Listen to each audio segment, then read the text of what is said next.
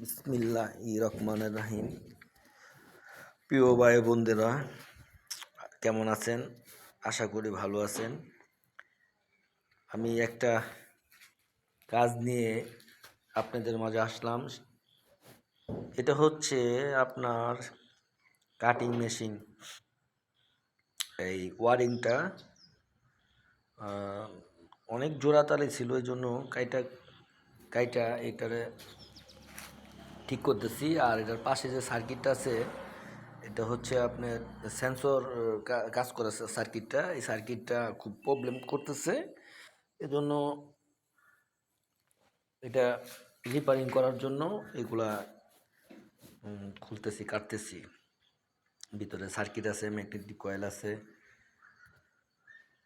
তো এখনো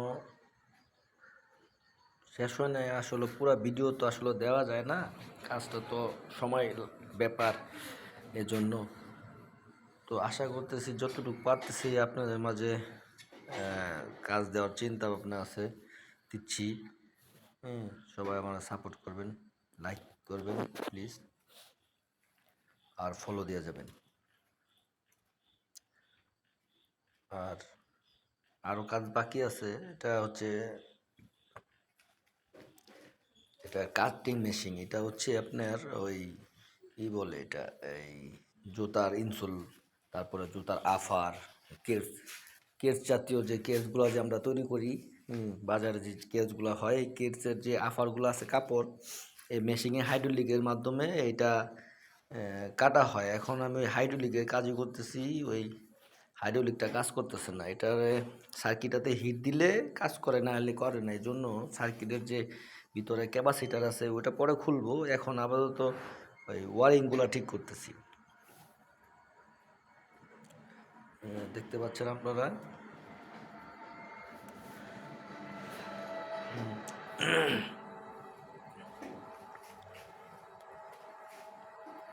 এখন এই তারগুলা একটা একটা করে কাইটা নিচ্ছি।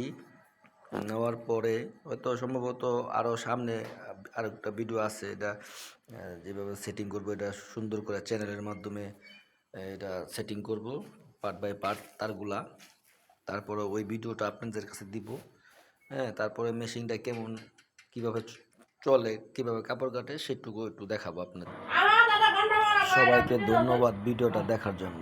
প্লিজ সবাই ফলো করবেন, লাইক করবেন, শেয়ার করবেন প্লিজ। ধন্যবাদ।